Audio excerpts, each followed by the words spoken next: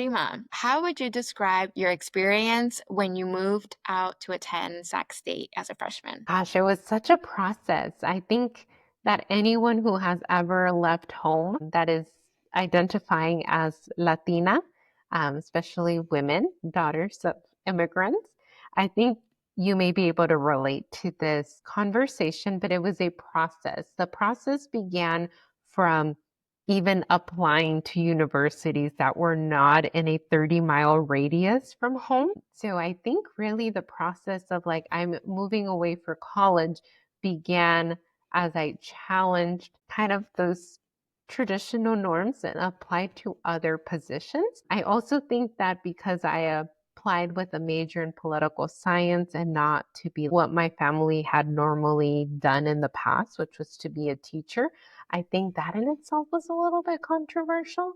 I think that ultimately my parents came through and began to support that decision once that decision was made. But it took a lot of convincing from my guidance counselors, my teachers, and I think also just a lot of advocating on my behalf. So, my experience going away from college as a daughter of immigrants was a process. That is the easiest way that I can put it. What about you, Prima? Same. Definitely a process. And you are so right, Prima, in that it started before we even left. I agree. I also am the type of student where I knew I was going to do great things and I went big or go home. Yes. And I also ended up applying outside of our hometown or even within the county. And I had high hopes, but it also took a lot to convince family. And even though I'm sure family knew this, that I was very intelligent and very independent, it still took a lot, at least for myself. I felt very guilty that I had left home, but slowly, I made friends. I ended up finding my majors, and soon enough, I knew it was the right decision. But it was a really, really long process, and that's how it is being children of immigrant and being Latina women of color. Yeah, absolutely. And I think both, my experience and your experience, even though they are unique to our own individual person, I think it really encompasses what a lot of Latina women, especially our, first daughters, first generation students that are stepping into their ambitions. And so that is our conversation today, our episode number 7. It's called Raíces para Crecer y Alas para Volar.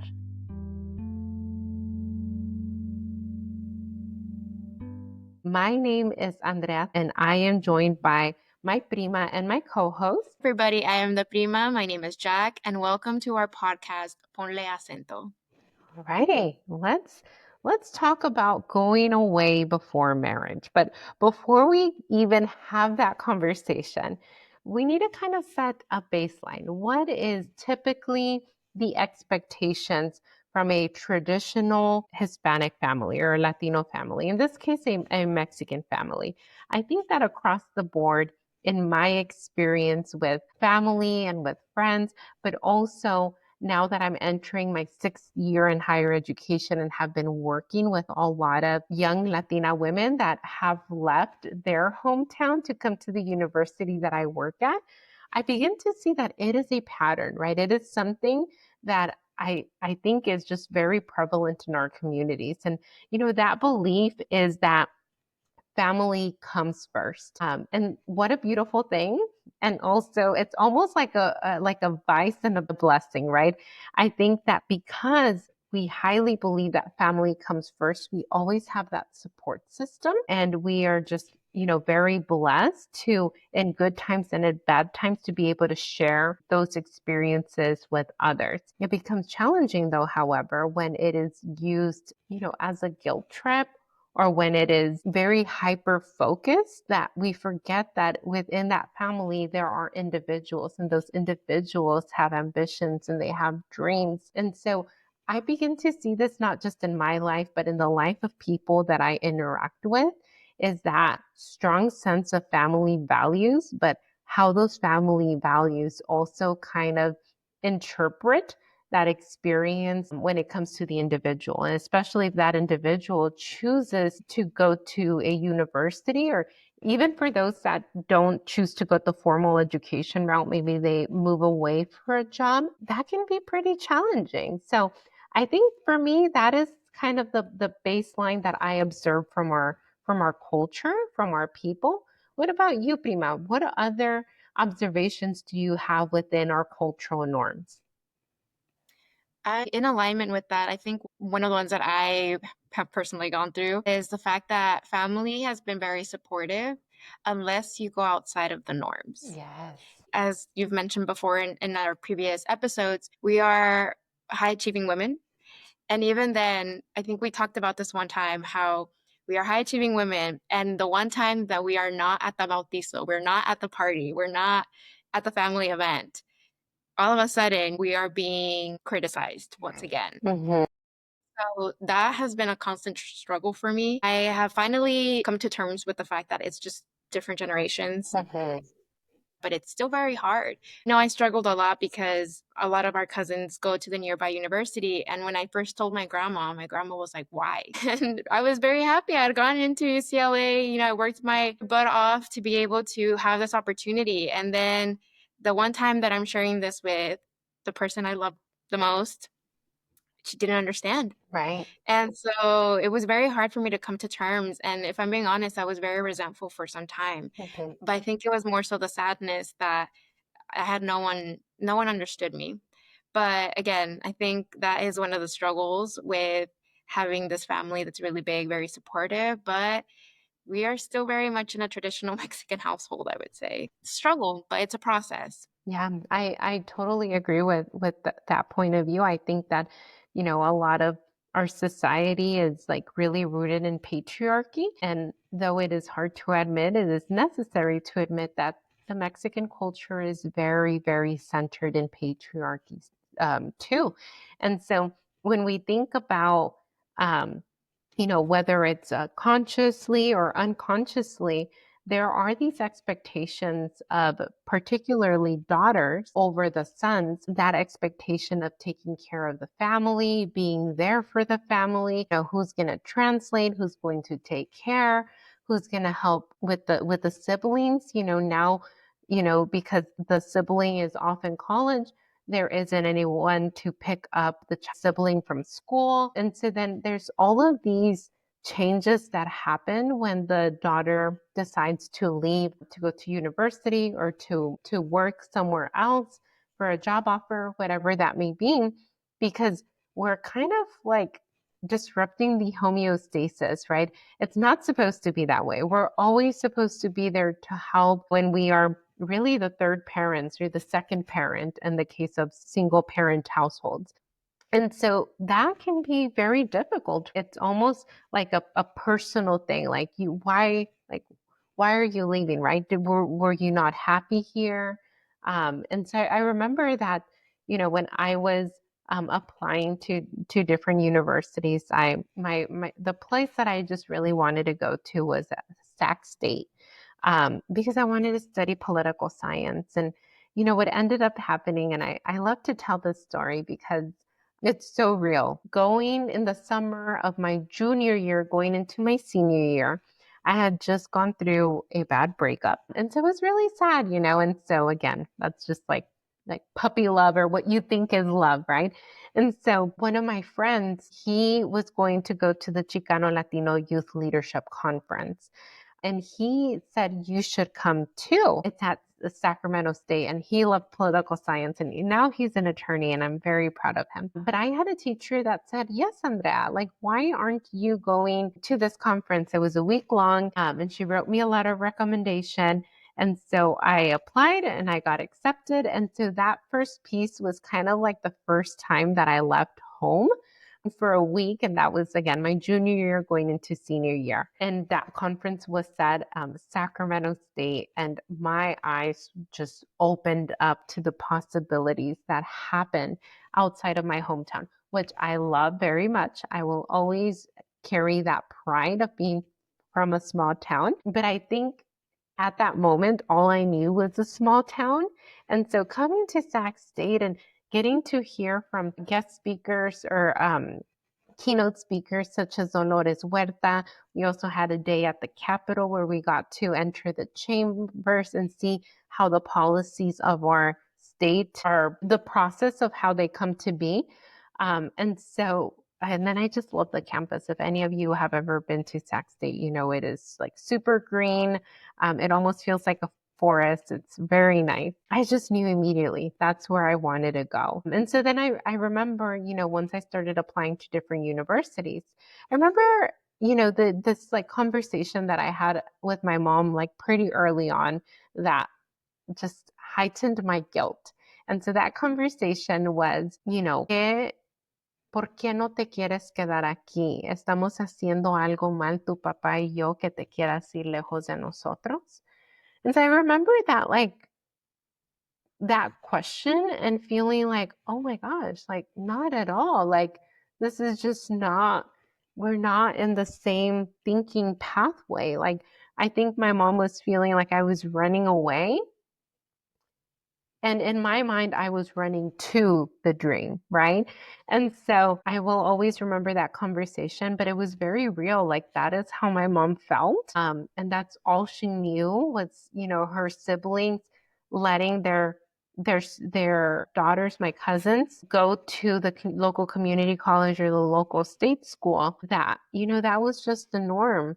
And so coming in and challenging that piece was a little bit difficult because even though my parents came around and really supported it, I think it was a very personal hurt at the very start. And Prima, I don't know if you can relate to that, but did you ever have a conversation similar to that with your mom when that decision was coming? I actually didn't, but I remember when I was going to study abroad in Mexico, Mhm, I applied and I didn't tell my mom. And I didn't tell her because I knew that the guilt was going to come. mhm, But at the same time, I knew that this is an opportunity that not many students get, and I just felt that it was the right thing to do. So I didn't tell my mom I was going abroad for 6 months without seeing her for 6 months mhm, until after the deadline to withdraw came, and there was now a penalty. If I was going to withdraw, I now had to pay mhm. money that I did not have because we were on financial aid, and that conversation was really hard and even then, my mom was very sad and the guilt came regardless. Right. I think that one was the hardest decision because when I got into UCLA, I often also tell people how I didn't even want to go to UCLA.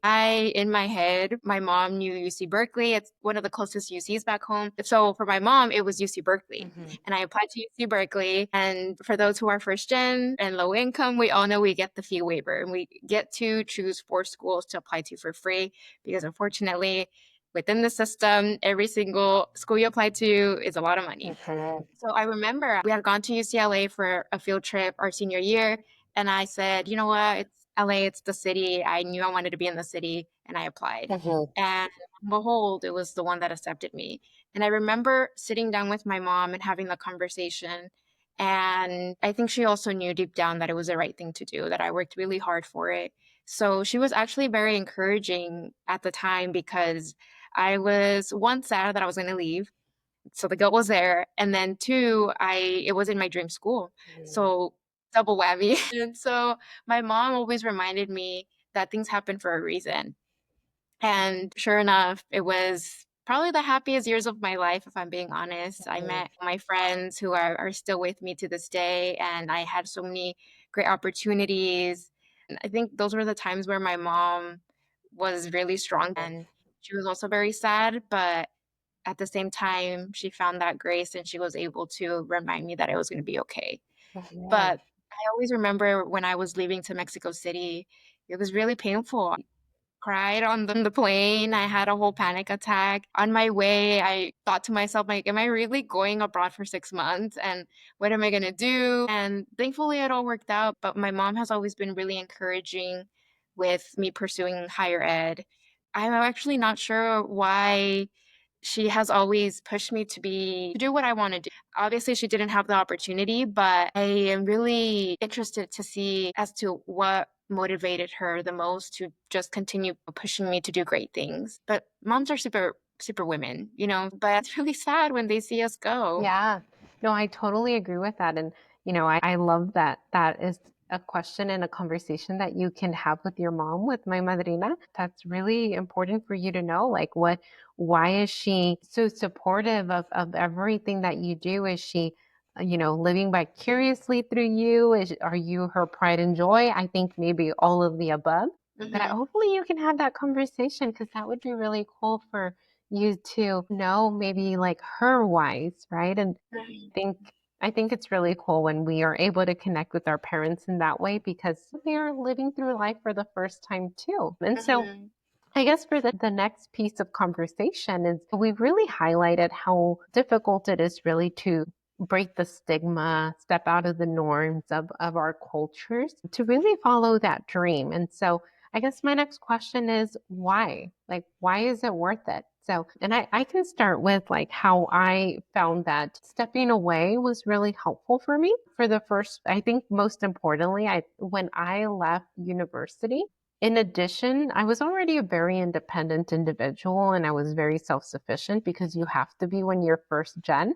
But I think leaving my home, leaving my nest and my comfort place made that like tenfold, right? Like the amount of independence and self-sufficiency and problem solving and critical thinking that I had to do because I no longer had the safety net of my parents because they were now 1.5, 2 hours away, as opposed to, just living with them. I think that really made me into the person that I am today. And so that has really helped me within my career. It allows for me to continuously be super self sufficient, to be resourceful, to speak up, to advocate. And so I really do think that that piece was super beneficial. Another area that I believe that I gained from, stepping away from home was that my relationship with my parents actually strengthened. We became very, very close. I think that when you step away from your parents, and not, not for everyone, because I understand that people have different relationships with their parents, but speaking from my experience, I think for me, there was, even though I believe that I was a good daughter and that I am a good daughter, um, there are still, you're a teenager. You take a few things for granted, right? You are like, oh, she wants me to clean again. Like, she wants me to barrer. Dice que viene visita. She wants me to clean the baseboards. Who's going to look at the baseboards? And so then you step away and then you realize how other people live, maybe roommates that are very messy. Maybe you realize that people that are not self-sufficient and that are really codependent. And you realize, oh my goodness, everything that my parents taught me, like they taught me for a reason. And so for me, that appreciation of my parents was just like, you know, I I do believe that I was appreciative before, but just stepping away and living away from them just increased that so much more. The effort that they have put into raising me and my sisters. I remember I would always walk by the, jardineros and the cafeteria workers that were often Spanish speaking individuals. And like, it would just make me want to call my mom and call my dad. I think that I would call them every single day. And I think that our conversations were definitely more meaningful, especially once I started learning about different like cultures because I studied international relations. And so talking about history, that was something that like really opened my eyes in conversating with my parents. And so our time together was always very intentional. Like it wasn't like we were on our phone or, I have to be here because I would only see them on the weekends whenever I would come back home. It was very intentional. And so for me, that is why I believe that me stepping away from my nest, which was home, benefited me in my development as an individual. So for me, I believe that it was worth it and I would do it again. What about for you, Prima? What benefits did you see come from being able to leave home and pursue your dreams, your ambitions? I think one of the biggest ones was that it made me be more lista. Mhm. So my wit grew. There was moments where I was I was at a standstill. I'm like, what do I do? And I just had to be creative with finding the answers and finding ways to just make it happen.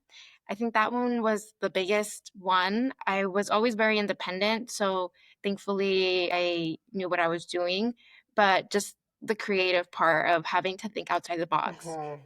has really helped me within my career as well. I will say that me leaving, I think, helped my mom also be a bit more independent herself. She's already independent, but what I mean by that is, as the oldest daughter, oftentimes she relied so much on me. Right. Much so that there was things she could do, but she knew I was there, and so she would always just hand it over to me. Mhm. And all of a sudden, I wasn't there anymore. And so I think that also really helped her grow. I also was not the perfect daughter. I think I am much better now. But at the time, I definitely knew there was room for my mom and I to grow closer together. And sure enough, this it helped with that. And I tell everybody, oftentimes, me always being out of town, living here, living there, I often had family members be like, "Remember your mom. Don't forget your mom." And it's interesting because we don't often talk about it, my mom and I, but I call my mom every single day Mhm. when I'm not. And if I don't call her, I at least text her. Yeah. And that's the same ever since I left for college when I was in Mexico City, in New York, even though we were 3 hours with the time difference, there's never a day that goes by that I don't text my mom, call her, see how she's doing, tell her about my day. I hear about her day. Mhm. So I'm always very intentional about that. And we don't talk about it often. And so it's also really interesting when I have relatives who are, pointing fingers at me. And I'm like, I'm the last person you need to be Yeah. pointing a finger. But I think that really helped me grow closer to my mom. And it also did make me realize to a bigger extent all the sacrifices that she has made for me. Education for me has been very important because of her. I knew her sacrifice of migrating and her not being able to finish her education, knowing that she wanted to. So for me, that has always pushed me to do it for both of us. And so speaking to about her living vicariously through me, I think you're totally right, Prima. And that's probably why me living by myself has been the greatest joy, where I'm able to host my mom sometimes. And Mhm. I always go back to the moment where I took her to Universal Studios. It was a mother daughter date. And it was amazing. I have so many pictures of her just enjoying the rides, yelling as if she was five again, so excited to see the Transformers. So it's been moments where it was hard, it was the progress. We've gone through all these uphill battles, but at the end of the day, I think my mom and I, we grew in our relationship, but we also grew separately. So I think those have been like the greatest blessings I said and the biggest benefits of being able to move away from home. And now I get to share this all of this advice with my sibling, which hopefully for him it would be an easier process. Mhm. And so it was a process, but those have been the biggest benefits.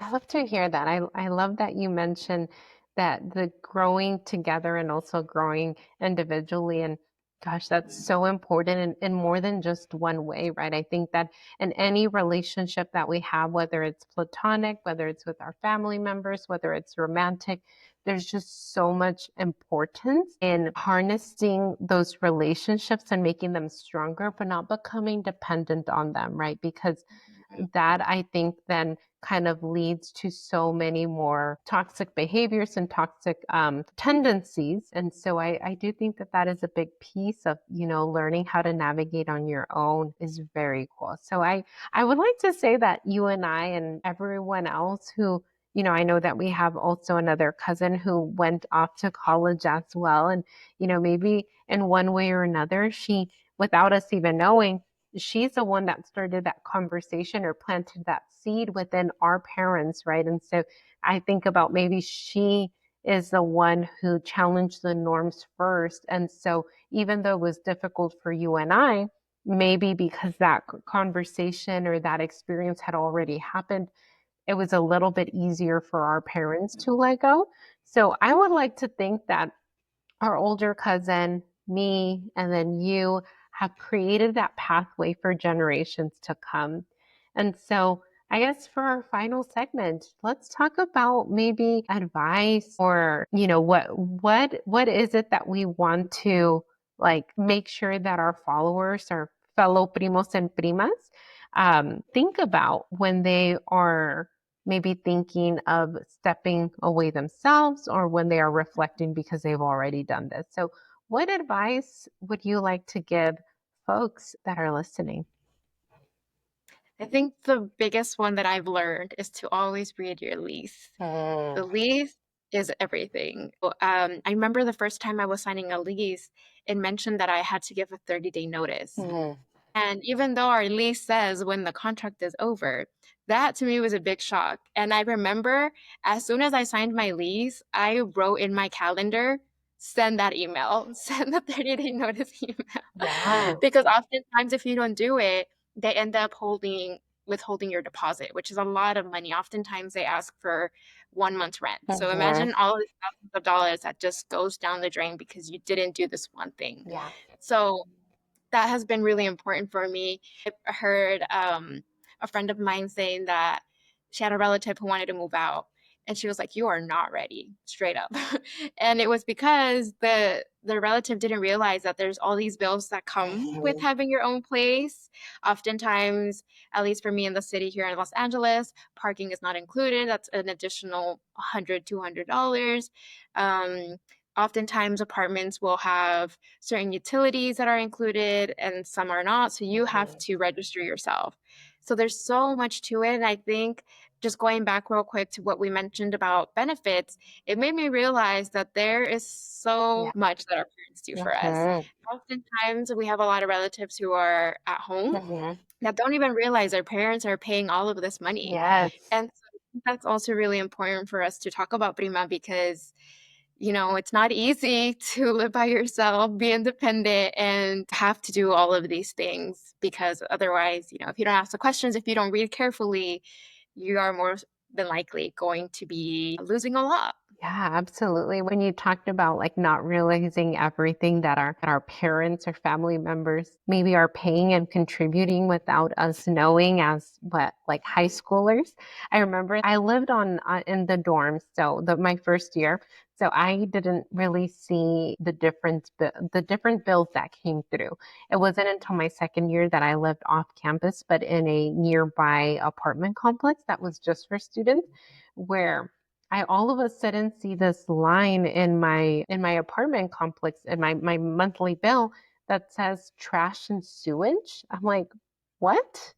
I'm paying for trash and sewage. And it was in that realization that, like, yeah, my parents have been doing this. And not only have they been doing this without an expectation of anything back, but how do they set up all of these accounts with very little to no English, you know? And so I mean, I really do think that there are a lot of individuals, whether they live at home by choice or not by choice, that I would encourage to really think about everything that goes into that household that, your parents are providing for you. And yes, one of them is trash and sewage. The city does charge to throw away your trash and for you to be able to flush your toilet. So I just thought that was funny. That was one of the things that I was like, oh my gosh, like I'm paying to flush the toilet? You are. Mhm. Right on. Any other advice that you would like to give, Prima? I think we are able to come to this point in life where we are independent, we're Mhm. doing it. One thing goes wrong, and all of a sudden we discredit everything that we have achieved. So I think part of living by yourself, being independent, flying, and following your dreams is to not lose that confidence.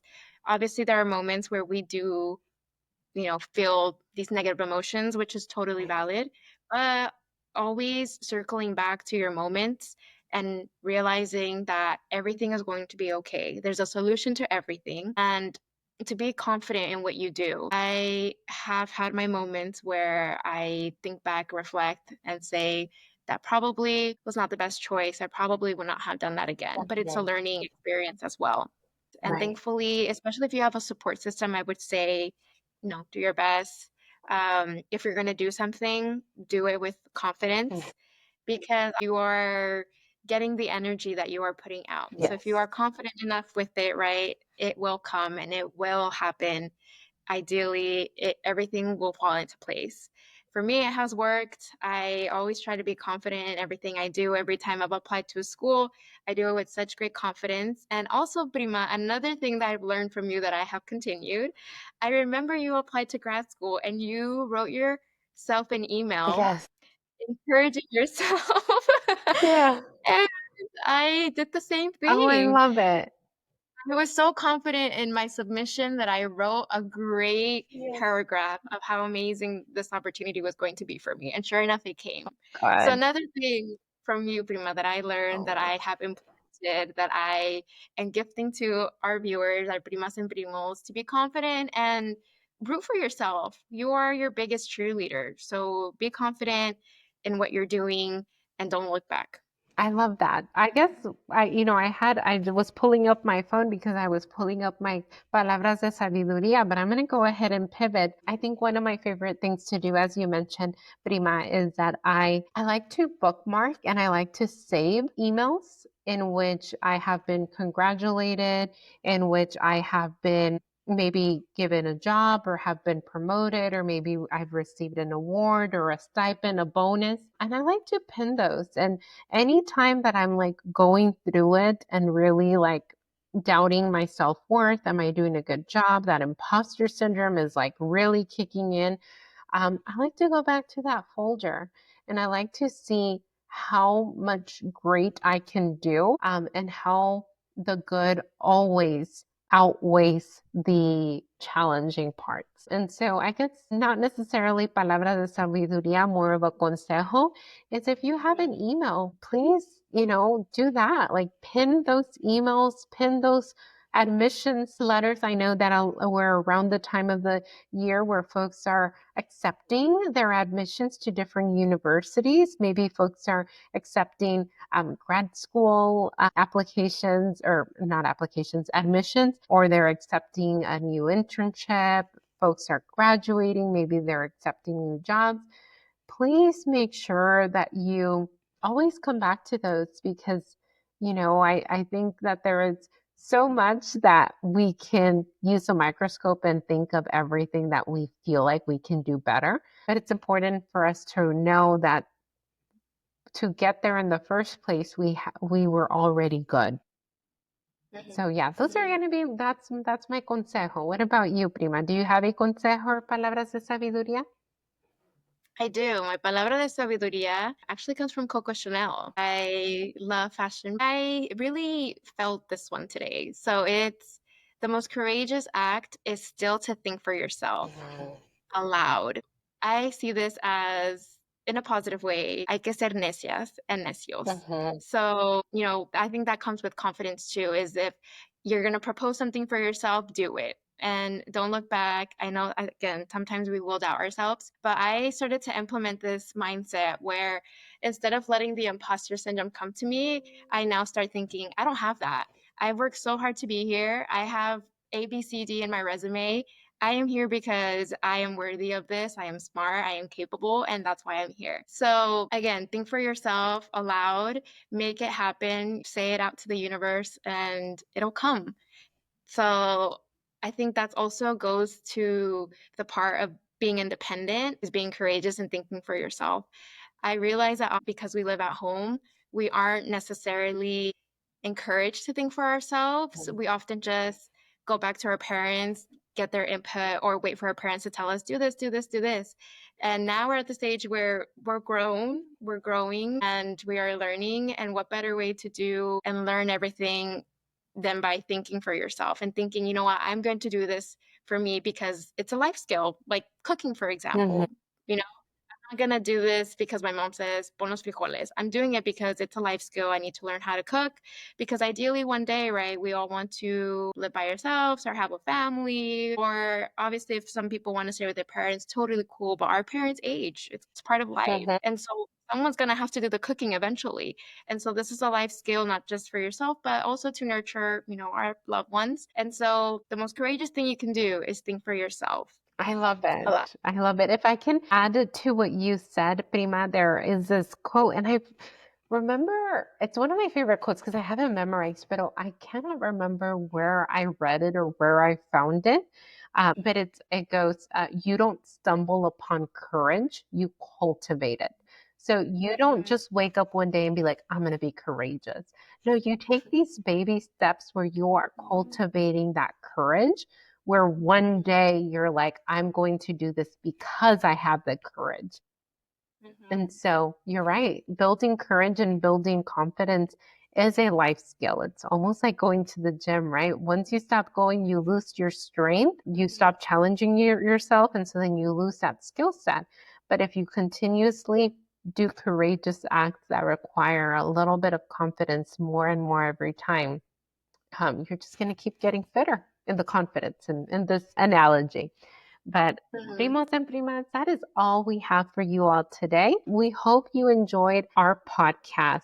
We hope that you enjoyed our podcast number 7, Raíces para crecer y alas para volar. My name is Andrea and I'm joined by my prima co-host Jack. And Jack, where can our followers connect with us on social media? Yeah, of course. So you can follow us on Instagram at Ponle Acento Podcast. Our DMs are open. Feel free to share any ideas of different topics you would like us to cover. You can also email us at ponleacento.podcast@gmail.com. Again, we welcome everybody. We welcome the feedback. We welcome any ideas. And what better way to create these episodes with the ideas of our listeners? Thank you so much for listening. And again, feel free to follow us on Instagram at Ponle Acento Podcast. Right on. Thank you. As a reminder, this podcast is brought to you by Andrea and Jack. It is co-hosted, co-produced, co-directed, and co-edited by both Primas. Social media and outreach is done by Jack. Research on discussed topics is done by both Primas, and sources can be found on our link tree. We aim to make our platform nonpartisan. In case of an opinion being expressed by either, those opinions belong solely to the person who expressed that opinion. And for accessibility features on the podcast, we encourage you to visit our YouTube channel because that will give you our captions of the episode. Just like that, primos, you will hear from us. I always want to say we'll see you in 2 weeks, but y'all are listening to us unless you're seeing us on YouTube. But just like that, primos, you will hear from us again in 2 weeks. We hope you enjoyed this episode. Take care of yourselves, and we will be in touch with y'all soon. Have a good one. Love A and J.